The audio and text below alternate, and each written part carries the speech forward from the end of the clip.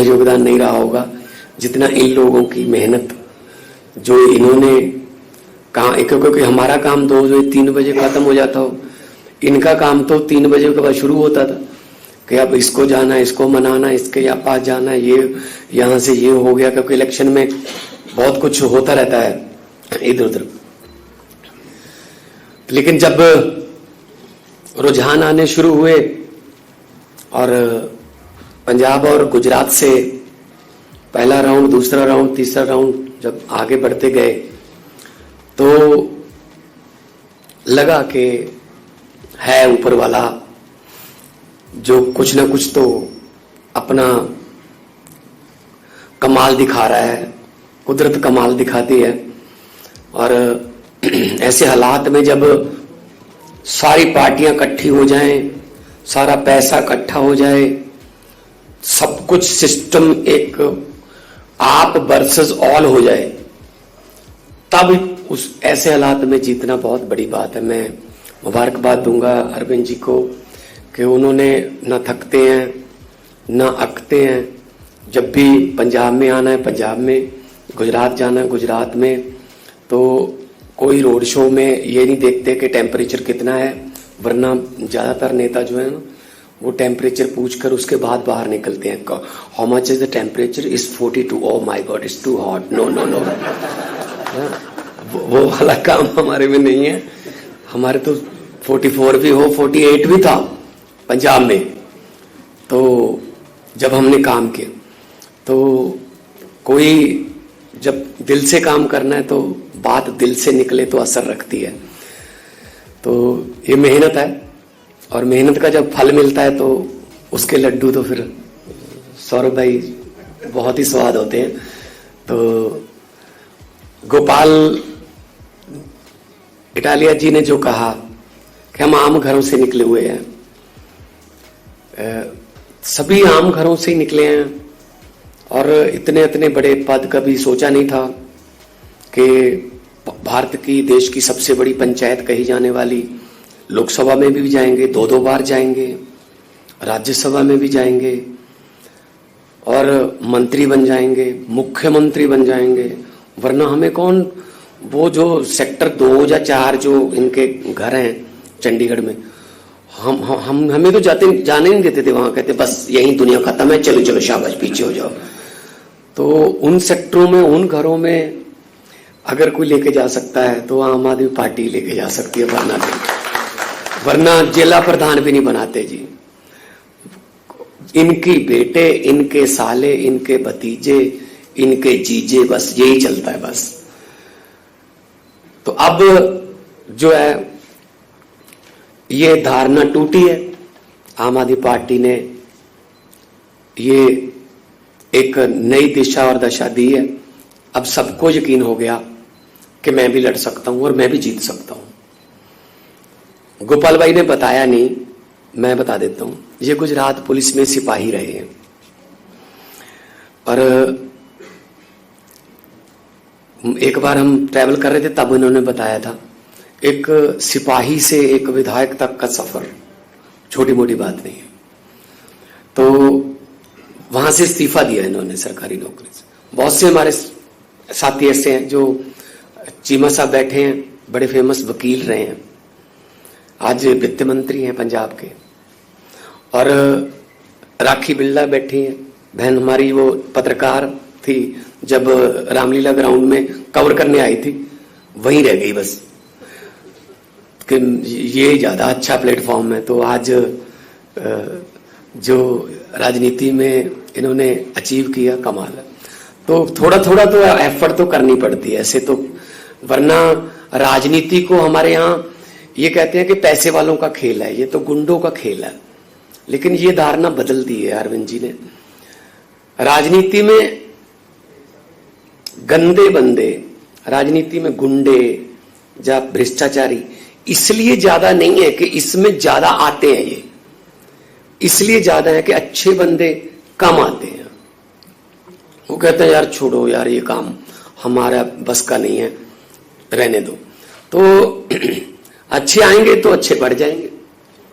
तो ये शुरुआत हुई है। संजीव अरोड़ा जी जो 22 में हमारी सीटी थी, अचानक से हमारे विधायक साहब की मौत हो गई।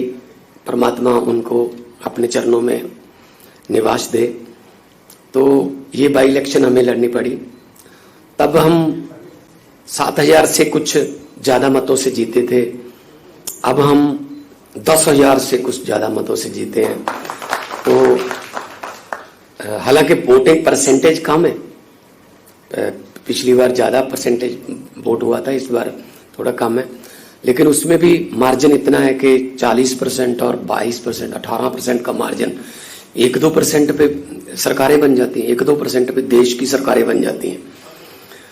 तो बहुत खुशी हुई। पहले तो सब मीडिया वाले साथी जो हैं उनका बहुत बहुत धन्यवाद।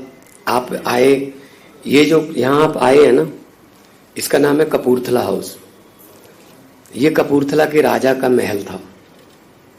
एक इधर है फरीदकोट हाउस, वो फरीदकोट के राजा का था। एक पटियाला हाउस है जो कोट बना हुआ है, वो पटियाला के राजा का था। एक नाभा हाउस भी है, वो नाभा के राजा का था।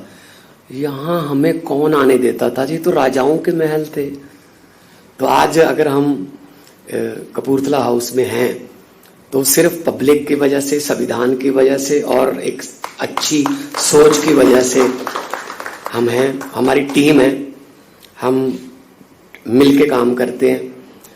जरूरी नहीं है हर रोज विराट कोहली सेंचुरी लगाए, कई बार विराट 0 पे आउट हो जाता है, लेकिन कोई ना कोई और बंदा जो है वो उस दिन काम कर देता है। लेकिन टीम वर्क है ये, तो एक टीम के रूप में काम करते रहेंगे। और परिवार है हमारा एक छोटा सा, और परिवार में जो भी फैसले होते हैं, हमारे लानेदार, जो पंजाबी में लानेदार बोलते हैं परिवार के मुखिया को, वो अरविंद केजरीवाल जी हैं। तो जो लानेदार, जो परिवार के मुखिया फैसला लेते हैं, वो अपने घर को बचाने के लिए लेते हैं, अपने घर को और बड़ा करने के लिए लेते हैं। कोई भी परिवार का मुखिया अपने परिवार को बिखेरने के लिए फैसले नहीं लेता कि मेरा परिवार बिखर जाए, जब मेरे बच्चे फ्लॉप हो जाएं। तो हम छोटे बड़े भाई हैं और बड़ा अच्छा लगा। गुप्ता जी बैठे हैं, हमारे एमएलए साहब बैठे हैं, हमारी टीम पूरी बैठी है। तो सबको बहुत बहुत मुबारक हो, और अपनी अपनी जगह पे जिसने जो मेहनत की है उसका सलाम करता हूँ, उसका सजदा करता हूँ। और यही कहूँगा कि एक शेर है कि हमारी नजर तो मंजिल पर रहती है, इन आंखों ने कभी मील का पत्थर नहीं देखा। तो मील का पत्थर तो वो देखते हैं जिन्होंने आगे 1 और किलोमीटर जाना है, लेकिन हमारी नजर मंजिल पे है। और मंजिल क्या है कि जब भारत देश जो है वो असली आजादी जो उसको एंजॉय करे। भगत सिंह जी को कभी भी ये चिंता नहीं थी, जब वो इनकलाब की लड़ाई लड़ रहे थे, कभी भी ये चिंता नहीं थी कि देश आजाद होगा या ना। कहते आजादी तो आएगी, लेकिन उनको एक बात का डर था कि आजादी के बाद देश कौन से हाथों में जाएगा, कहीं ये ना हो कि वो अंग्रेज चले जाएं, काले अंग्रेज आ जाएं। और उनका डर जो है वो सही भी साबित हुआ। 75 साल हो गए आजाद हुए, 75 साल से ज्यादा ही हो गए आजाद हुए। अमेरिका वाले मंगल ग्रह पे प्लाट काट रहे हैं कि वो अंग्रेज चले जाएं, काले अंग्रेज आ जाएं। और उनका डर जो है वो सही भी साबित हुआ। 75 साल हो गए आजाद हुए, 75 साल से ज्यादा ही हो गए आजाद हुए। अमेरिका वाले मंगल ग्रह पे प्लाट काट रहे हैं, और हमारे यहाँ सीवरेज के ढक्कन पूरे नहीं हो रहे भाई साहब। अभी वहीं खड़े हैं, सीवरेज का ढक्कन, टोबा, छप्पड़, और वहीं रुके हुए हैं भाई, क्योंकि उन्होंने काम किया ही नहीं कभी। अभी बात होने लगी है एजुकेशन की, हेल्थ की, बिजली की, इंफ्रास्ट्रक्चर की, नहीं तो इससे पहले तो बात ही नहीं होती थी। ये तो अरविंद केजरीवाल जी ने उनके मैनिफेस्टो बदले हैं, वरना कहाँ स्कूलों की बात करते थे, कहाँ ये अस्पतालों की बात करते थे। ऐसे चल रहा था, 5 साल तू, 5 साल मैं, अगर तू आ गया तो मुझे कुछ मत कहना, अगर मैं आ गया मैं तुझे कुछ नहीं कहूंगा। ये चल रहा था बस, नूरा कुश्ती।